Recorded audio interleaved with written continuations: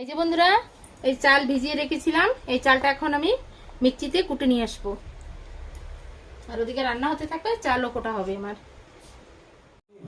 এই যে বন্ধুরা, এখানে আমি বাড়ির আতপ চাল নিয়েছি, 1 কেজি চাল এখানে ভিজিয়ে রেখেছি। এটা দিয়ে আমি সাজের পিঠা বানিয়ে আপনাদের দেখাবো। চালটা আমি ভালো করে ধুয়ে নিয়েছি 3-4 বার। এখন আরেকটা ধোয়া দিয়ে ভিজিয়ে রাখবো।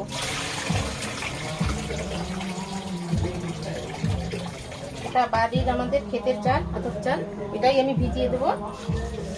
আস্তে আস্তে ভেজতে থাক, তারপরে আমি কুটে নেব।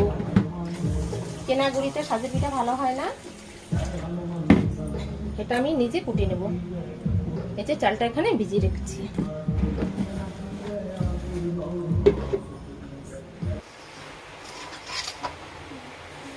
এখানে দুধটা আস্তে আস্তে জাল হচ্ছে।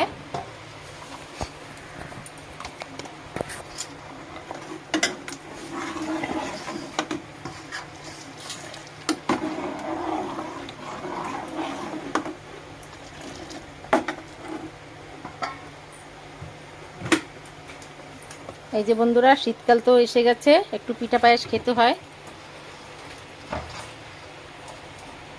পিঠা পায়েস বানালে কি হয়, আমার 2 ছেলে পিঠা পায়েস খেতেই চায় না, ছেলেও আর বড়। শাশুড়ি আছে, বৌমারা আছে।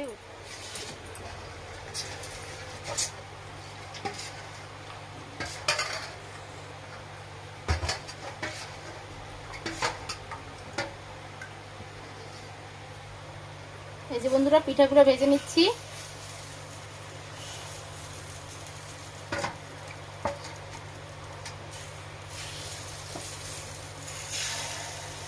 এই সাজে আমি ভালো করে দিশা পাই না। আগে তো মাটির সাজে পিঠা বানানো হতো, আর এখন তো মাটির সাজ ঠাকুমাও মারা গেছে, বানানো হয় না। এখন এই সাজে আমরা পিঠা বানিয়ে খাই। মাটির সাজে সব থেকে ভালো হয়।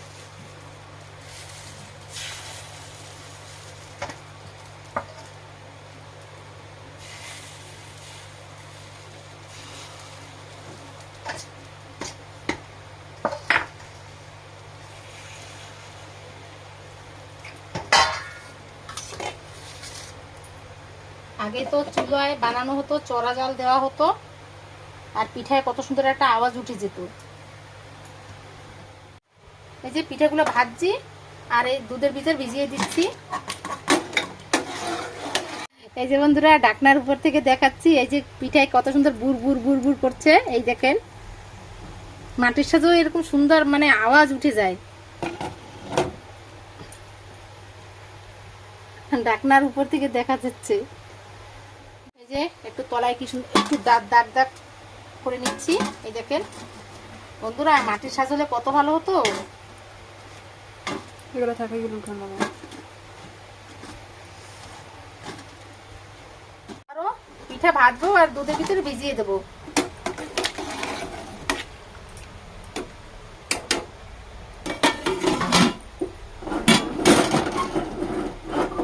তেল বাড়ি এই পাশে এই 3টাই দেবেন না।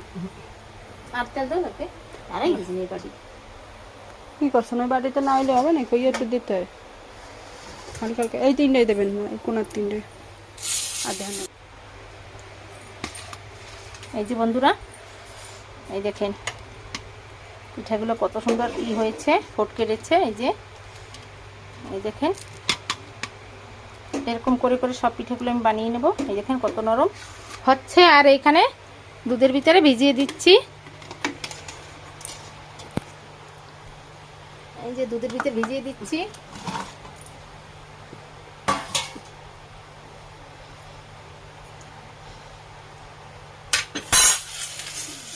এই যে বন্ধুরা, এই খোলাটা আমার লাস্ট। এই দেখেন, আর এখানে দুধে ভেজানো হয়ে গেছে। এই দেখেন কত সুন্দর হয়েছে পিঠাটা। এখন তো কেবল ভিজানো হচ্ছে, তারপরে আস্তে আস্তে ফলবে। এই যে বন্ধুরা, আমার এই পিঠে বানানোটা যদি আপনাদের ভালো লাগে, লাইক কমেন্ট সাবস্ক্রাইব করে দেবেন। এই দেখেন, শীতের সময় একটু পিঠা খেতে হয়। ঘরে তো আমার 2 ছেলে পিঠাই খায় না, ছেলের 2 ছেলে আর বাবা সবাই, ঠাকুরমা আছে, জ্যাঠা জেঠিমা আছে, ওদের নিয়ে খাবে। এই দেখেন পিঠাগুলো কত সুন্দর ফুলে উঠছে, দুধে ভেজানো হয়ে গেছে। আর এইখানে লাস্ট এই খোলা। প্যান ডাইরেক্ট দিয়ে দেন নাকি? আচ্ছা কইরা ঠান্ডা ঠান্ডা। এই যে বন্ধুরা এগুলি দিয়ে দিচ্ছি। এরপরে বন্ধুরা আমি মাটির সাথে পিঠে বানানোর চেষ্টা করব।